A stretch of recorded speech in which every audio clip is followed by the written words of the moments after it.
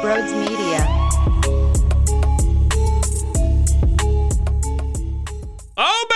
Oh, baby, we are getting closer. I need to know how you feel about this game this Sunday, 1 o'clock, in the comments down below. I can't wait to read your reaction, so leave it down there. If you're new to the channel, make sure you smash the subscribe button, hit that thumbs up button as well. I greatly appreciate all of your support. I love you so much. If you're looking to buy tickets, by the way, to any event, NBA, NHL, NFL games, promo code BROADS at SeatGeek's checkout page will get you $20 off. So you know all those fees that you get hit with, and you're like, damn it, come on now, the tickets are way more expensive. Forget about the fees, because that's what promo code BROADS eliminates right from the jump. It's a no-brainer. Get yourself to a game today. And TikTok, Broads Media, follow me there as well. And then I do know people ask me this on Coffee with Broads, so I'll definitely let you know here if you were not in those streams. 97.5 The Fanatic. I will be co-hosting Saturday morning with Tyrone Johnson, 9 a.m. to noon. And then Sunday night after the game, 7 to 10 p.m. That's my schedule this weekend if you're looking for that. And with that all being said, enjoy the show.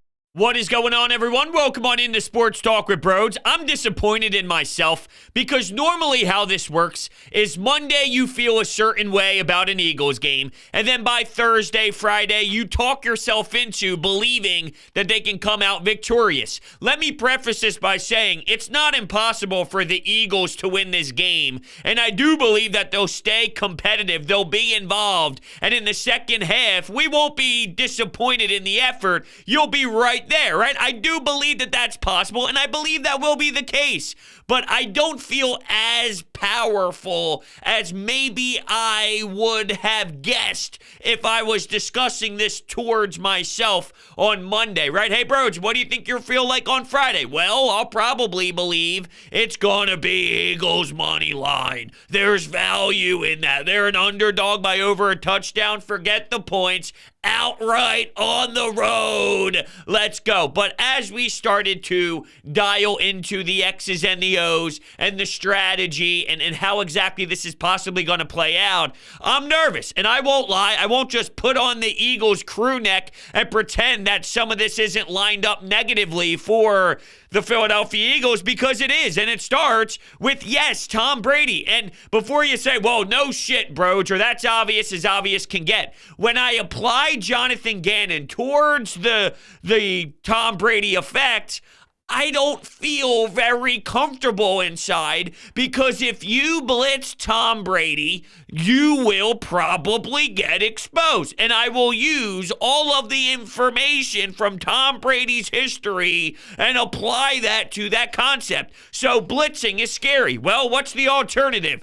Playing a spot basically where you're begging and demanding your front four just to get home. This front four, there's no way in hell you're going to be able to ask this front four, who hasn't been able to get to the quarterback very often this year, to do it, especially against an offensive line that is just as powerful as the Philadelphia Eagles offensive line in Jason Kelce, Lane Johnson, and Jordan Mailata. So if I ask you, how is the defense going to work? How will they operate? Well, it comes on, oh my Lord, it starts with Jonathan Gannon to begin a good game plan. It begins with him having a good game plan. That sentence structure just threw me in for a loop, and now my brain is bouncing off the damn walls, and I'm trying my best just to get back on track here. But it starts with Jonathan Gannon just getting creative, and he has to do it. My problem is I haven't seen him all year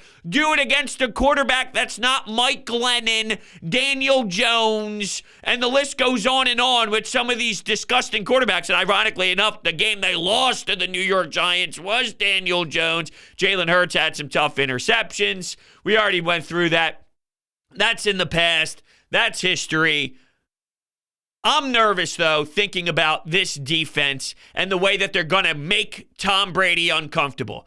And I've been on the record saying I'd be willing to at least admire the attempt. So if they do blitz, if they do send pressure, if they do these unique styles to try and put Tom Brady in a position where he's on his heels and it fails, I can at least acknowledge they're trying something. They're willing to put their testicles on the desk and say, this is what we have. Here's my balls. They're on the table. And let's see how it works out. And if we get burned by it, so be it. We know the alternative gets shredded. And we've seen Derek Carr, Justin Herbert, Pat Mahomes, Tom Brady, and everybody else in the beginning of the season basically wax that thought process. So we have to go in another direction. And I still stand by that, and I truly believe that I would be okay with that being the case. But ultimately, I am very nervous from that aspect of things, and Tom Brady is Tom Brady for a reason. You can look through the history of, well, he did lose to Mark Sanchez before, he did lose to Nick Foles before, he has thrown some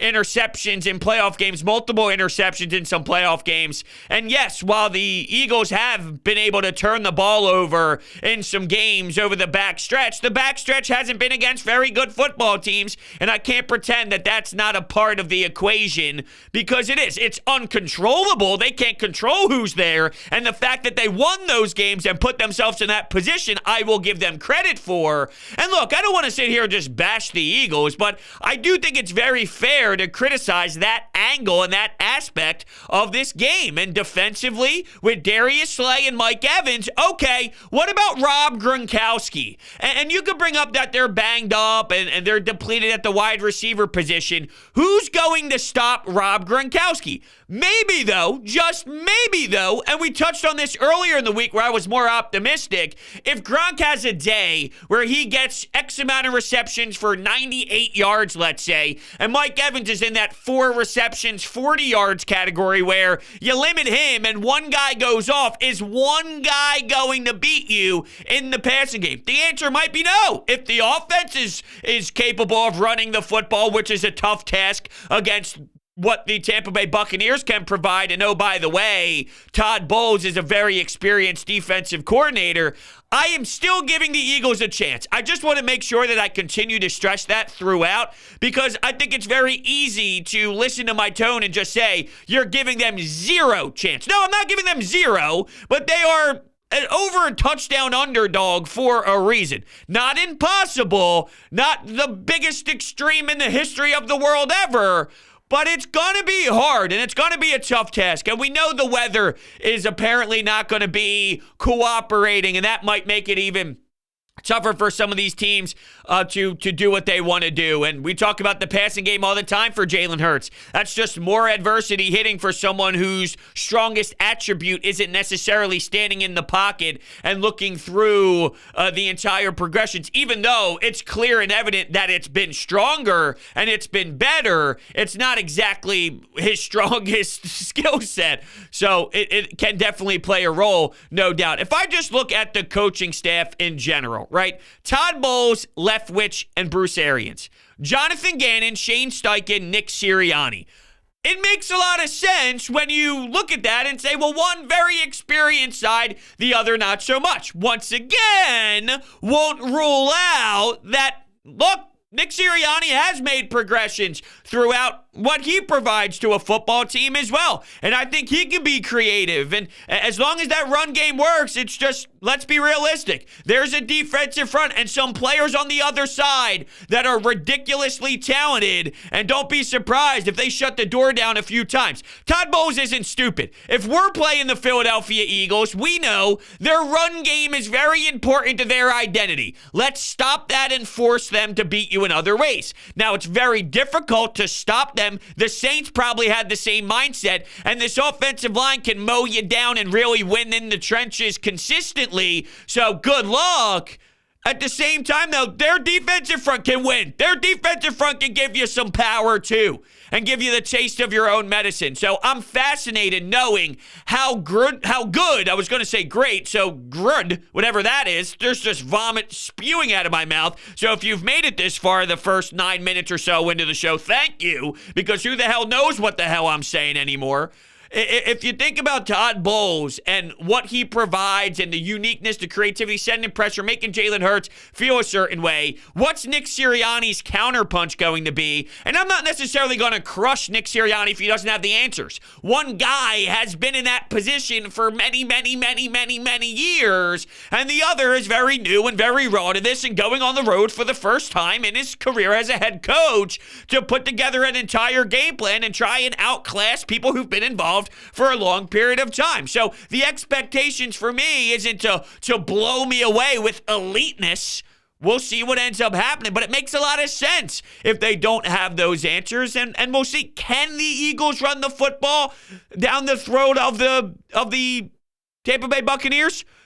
Sure, they can. It just starts with, of course, their offensive line, and if they can create those gaps and the running backs can hit the spots they're supposed to, then sure, it's definitely there, and it is a possibility. And then with Miles Sanders and where he's at right now, and I hate my tone right now. I'm not going to lie to you. I'm not very happy with the way I feel, but it's real. It's 1,000% authentic, and that's where I'm at right now. With Miles Sanders, he had issues with the football in his hands without a broken hand. Now you have that, and it scares me even more. So I don't know how big his role is going to be, and I didn't see a lot of bursts from Jordan Howard in the last attempt of him running the rock. So I don't know what the running back rotation is going to be. I do know, though, if you go back to some of the statistics that you saw the last time these two teams played, it's night and day compared to what brand of football the Eagles are playing now compared to that, which makes me almost crumble up that and throw it right into the trash, wait for the local department to come pick it up and dump it into the dumpster because it's so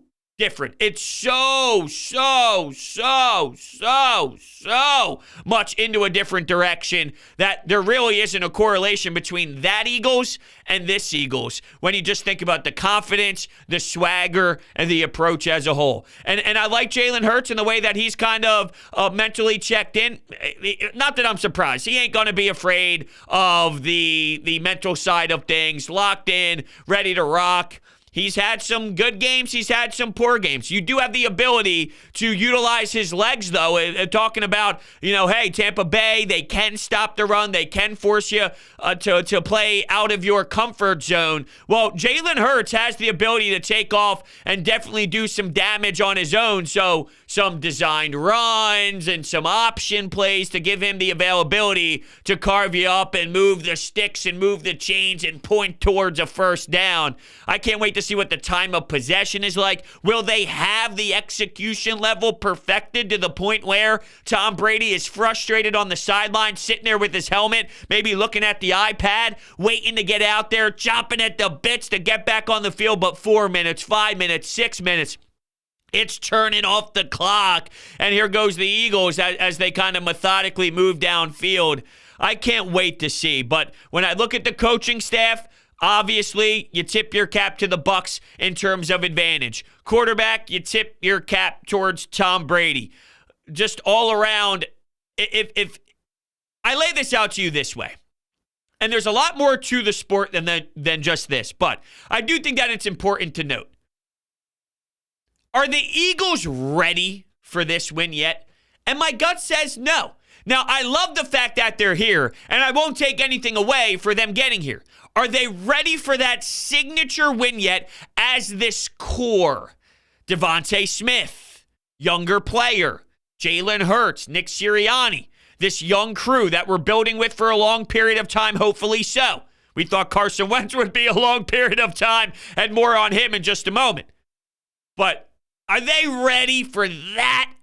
I hope the answer is yes. I hope the answer is absolutely, you idiot. Absolutely, you fucking moron, you piece of shit. I hope that's the answer. But right now, my gut of guts tells me no.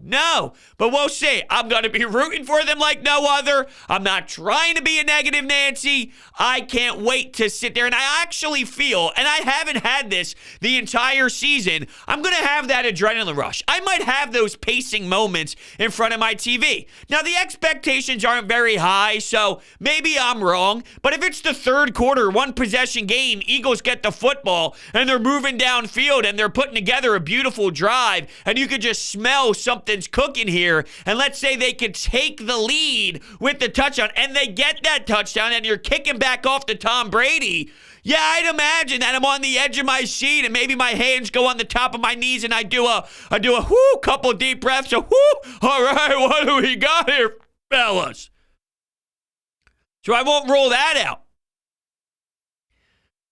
There's something upsetting with me, and that's special teams.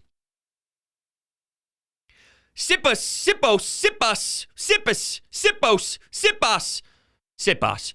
Sipos has had horrendous punts last game against Dallas. Can't be giving short fields to Tom Brady. Unacceptable. Okay? Can't happen. Won't be allowed. On top of that, we know kickoff returns, problematic. Punt returns, Jalen Reagor, disaster. Now, Huntley. Yeah, he had a nice splash his last game, and he got a chance, and he made the most of it. Is that enough to overreact and say it's a no-brainer? I don't know. I mean, it's too small of a sample size for me to say that Huntley now all of a sudden is going to be that game breaker for you. Maybe. And we know that Jalen Reagor doesn't work, and we tried many other options before, and it's been horrendous. You're going backwards, or you're not getting out to the spot, and now you're starting off 5, 6, 7, 8 yards back because you elect to take it out of the end zone instead of taking a knee, which hurts your football team. So will special teams, not so much field goals, although obviously we can highlight Jake Elliott, what he's done this year, and how much of a bounce-back season it has been for him. Let's think about short fields and all of that and putting your team in a good spot off of a return. We'll see. How about this too?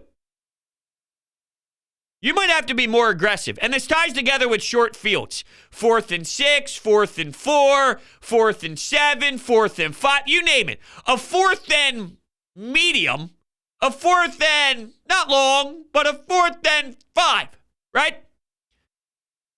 At a certain spot on the field, I have to put your foot on the gas.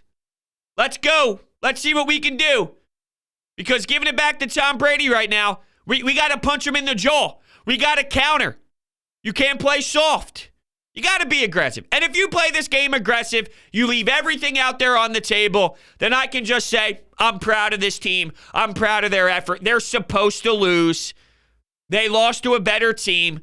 I'm not heartbroken over it because we can see the circumstances and break down the X's and the O's and the Y's on how it happened. So go out there swinging. That's all. Don't go up there looking. Let's use baseball as the example. All right, you're up to bat. I don't want to strike out looking. It's all about being aggressive and swing if you can. So we're going to get to the anytime hotlines. I also need to tell you about DeSimone Jewelers and then J.J. Arcega-Whiteside's mom and Carson Wentz. So we still have a little bit to go here. First, DeSimone Jewelers, come on now. They're just fantastic. I got my fiance's engagement ring from them, and I keep going back. Birthday, holidays, you name it. They're a family-owned business located in Haddonfield, New Jersey, previously in Jewelers Row. Will, Lou, Nick, and Mike, they treat you like family. So when you walk in those doors, your last name is DeSimone. Whether you like it or not, they're going to sit you down, and you're going to be a part of their culture and their family. And trust me, it is A+.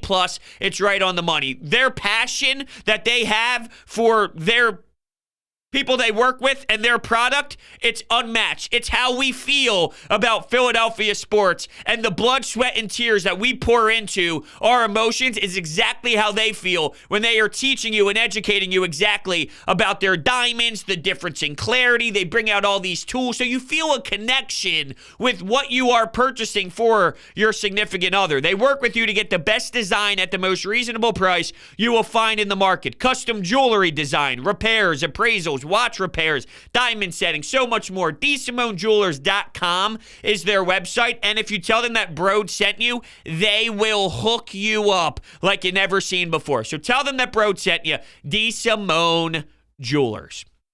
All right, so Carson Wentz, this is insane. This Chris Ballard story, all these quotes getting thrown around. I don't even know where to begin. You thought it was ugly ending in Philadelphia. Regarding the quarterback, I think we'll look at everything. There are solutions. Sometimes they're ideal, sometimes they're not, but we'll look at everything. Then he talks about Carson Wentz. The key is to make layups. The throw in Arizona was incredible. Maybe only 2 or 3 other quarterbacks can make it, but make the layups. And that's the issue with Carson Wentz. Not that Carson Wentz matters today at all when we're discussing the Eagles in the playoffs while the Colts will be sitting on their damn couch watching. Carson Wentz, do you think Carson Wentz will be watching? Do you think he'll literally be sitting on his couch with his family going, oh, let's see how the Eagles are doing today and see if they succeed? Howie Roseman, Jeffrey Lurie having success while my ass is watching from home. Oh, that's hysterical. Here's more from Chris Ballard. At the time, he felt it was the right decision. I'm not going to make a comment on who is going to be here next year and who is not in regards to Carson Wentz. And then here's more about band-aiding the quarterback position. I'd like Carson Wentz to be the long-term answer, but sometimes it doesn't work out that way. It's been a quarterback carousel since Ballard arrived and Luck's retirement. Oh, man, that is insane, but it's reality of the situation. It's like Carson Wentz just goes somewhere, and it's so toxic and so insane. Now, just to defend both Frank Reich, Indianapolis' organization, and the Eagles for acquiring Carson Wentz at some point in this NFL world. He has the skill set. Isn't it fair to say that when you look at Carson Wentz, the physical attributes, the ability, it's all in there. It's just not consistent enough, and the highs are so damn high, which I do believe what Chris Ballard's saying, which is he has the ability to make throws that very rare amount of quarterbacks can do. But what about the other side of things, which is the simple basic plays? It can't just be the elite plays. It can't just be, that drive on Christmas Day after the third quarter was a mess. He responds in the fourth with an electric drive. That's all great, but when that's circled around, sandwiched around nonsense, I'm sorry, you don't get the credit that you deserve because it's not consistent enough. His highs are high and his lows are lows. And you know what? I don't know if the Colts even look forward moving, or even look to move forward, I should say, with Carson Wentz. And what is the future of this kid? Bonkers story. Just like J.J. Arcega-Whiteside's mom responding to my tweet on Twitter at Broads Media. I put out, as I always do, I tweet out all these clips throughout the games.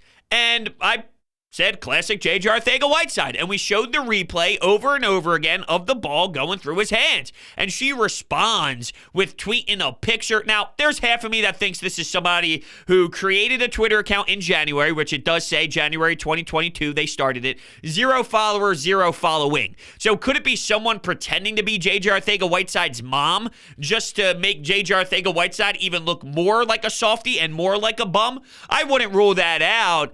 It even got picked up by NBC Sports Philadelphia on their website with Broads Media attached to it. Pretty damn funny how it kind of circled this way. The reactions, people are posting pictures of their fingers saying, what was the one I saw? It was something along the lines of, and it was an ugly ass picture of someone's hand that looked like, I don't even know how to describe it, but it was beat and it was ugly looking. My hand looks like this, and I still caught 10 passes at Thanksgiving in the backyard. I mean, come on, man. If you look at that replay over and over and over again, it didn't even touch his fingers, so it doesn't matter what his fingers look like. It didn't even touch his damn fingers because he stinks and he sucks, but I digress. That's where we're at with those two bonkers stories. And this team, before we rock to some Anytime Hotline calls here, they can't start slow. And if they start slow, it's going to be a very difficult task to climb back from this mess with the Tampa Bay Buccaneers, right? You give Tom Brady a 10-0 lead. Good luck battling back.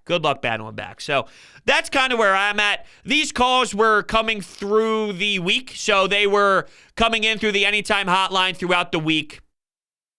And so different days, just to be clear, we compiled some of them, and this is where we're at. So let's hear from you, the Anytime Hotline. Here we go. Hey, bros, this is Gabe.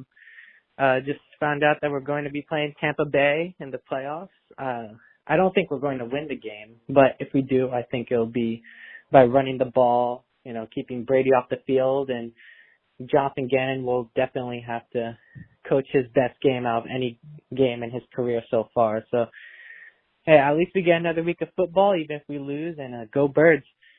Okay, all right, so a little bit on the optimistic side. It's possible. I don't think it's going to happen, but not optimistic. Optimistic is the wrong word, excuse me. But more of the appreciation. It's more of the we're playing with house money. It's more of the relaxed and the expectations aren't high thing. I'm sorry, that was not the right word to use at all.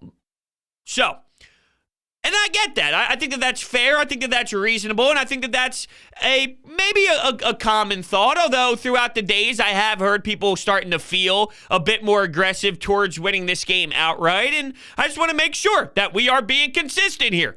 It's possible. And I'm rooting for it. And I'm pulling for it. And I don't think it would be the biggest upset in the entire world, okay? I've seen this Eagles team do some really big things in moments that you didn't necessarily think that they can do it. I have to tie this in there as well, though. Whether it's fair or not, the hatred that Tom Brady has for the Eagles is so massive and so large that think about a Tom Brady dialed in normally and then multiply that by 6,000. Multiply that by 10,000. Multiply that by 50,000. Now, there's two ways to look at it. It could be a negative where there's so much attachment and there's so much brutalness involved in his eyes that it takes him out of his element, and he's so focused on it that it almost, I don't know, takes away from Tom Brady, which it makes it hard for me to believe that that's the case knowing this guy's track record and how much of a stud he really is. So I won't put a ton of money on that. But when you reach a certain point, right, there's a line of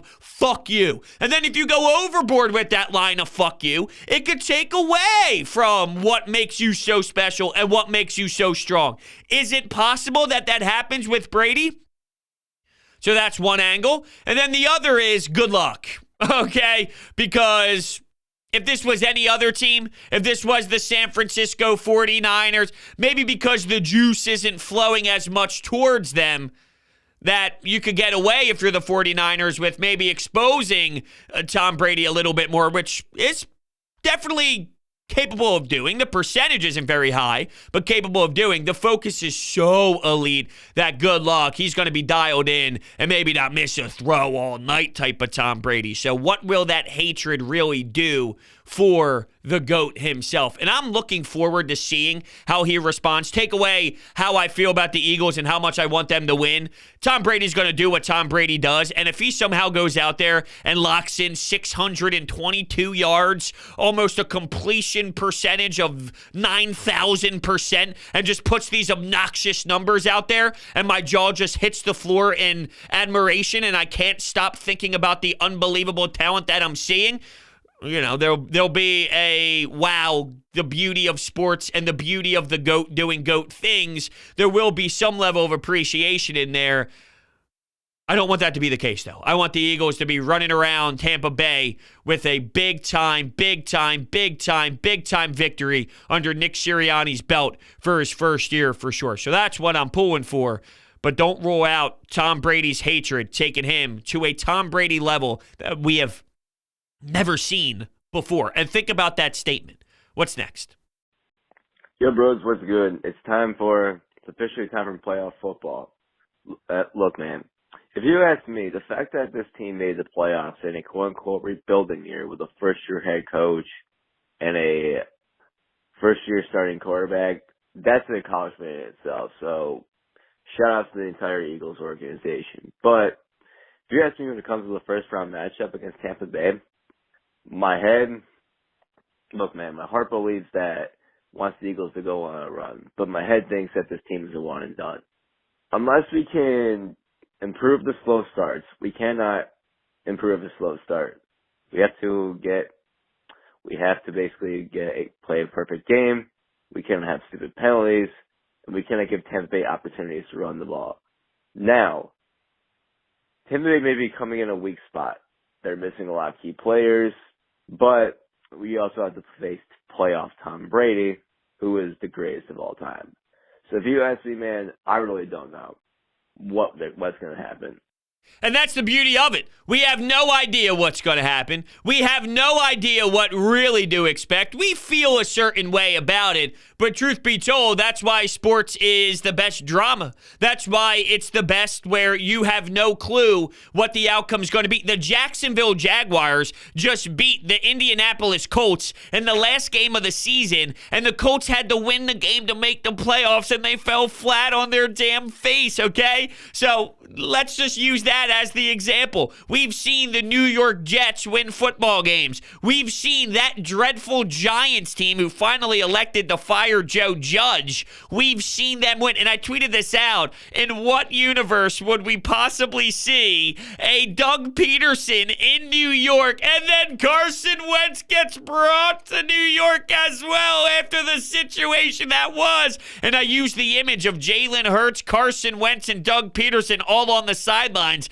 making faces at one another, making faces just in general of it felt like the awkwardness that you could catch in that still frame. And oh man, what a bonkers situation that would be. But ultimately, look, these teams that shouldn't win games throughout the regular season, that stink, they beat teams throughout the regular season. It's any given Sunday. It's cliche as hell. I hate that cliche, so I'm pissed off at myself for even mentioning it. And clearly, I want to vomit for even going down that path. But my point is, if the Jags can win, if the Jets can win, and the Giants can win, and playoff football is a different beast. It's a different environment, and it's a different level of focus, and it's a different level of preparation, and everything hits the intensity level and multiplier by something that we can't even really put into words or label it because it's so much higher than your regular season level of intensity, right? So we're fully aware of how that works.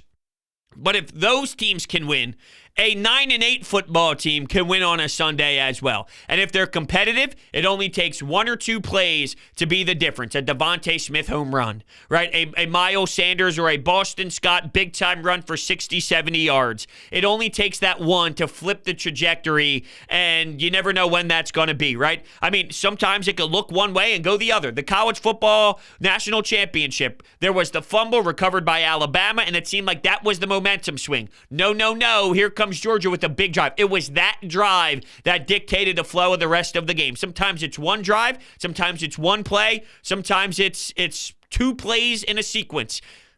If you're in the game and you're hanging around there and it's a one-possession game, a 9-8 football team can definitely do something in that moment if a 2-win team can or a 3-win team can. So that's kind of my approach on it mentally with my philosophy. We'll take one more. Hey, bros, before I say anything about this game, I just want to say that I'm so proud of the Eagles for making it here. You know, I was not expecting them to win this much. All right, now let's get into the game. We're rematching Tom Brady. Better call Nick Foles, am I right? So I think that it's going to be a close game. You know, we're going to give Brady some contest. Obviously, their offense is extremely depleted, and their defense is amazing, so it's going to be a big challenge for the Eagles offense to try and get going. I really think it's going to come down to, can our defense stop Tom Brady? I mean, I do not know the answer to that because when you're facing the GOAT, you don't know what happens. And it's also, I don't know who Jonathan Gannon is. And we're still learning. We're still week by week analyzing who Jonathan Gannon is. The numbers are pretty clear and basic at this point. Good against bad players, and then bad against good players. So Jonathan Gannon, it really does fall on him a lot of this, on top of Nick Sirianni trying to beat out Todd Bowles one-on-one when they're staring at each other. So it really is coaching staffs, and when you play the coaching staff game, I already went through it, who the stronger three is in terms of coach, OC, DC. I can't wait, though. I can't wait. I'm really looking forward to it. This week has gone slow, and I haven't had a level of anticipation for an Eagles game all year the way that I have now, and I think we understand why that is, and the circumstances are what they are this week, so it makes sense that we're here. But it's a nice feeling because I feel I haven't had this feeling in a bit of time with the Eagles. And with that, we're going to shut things down here. I want to thank everybody so much for hanging out with me today, and I will see you next time.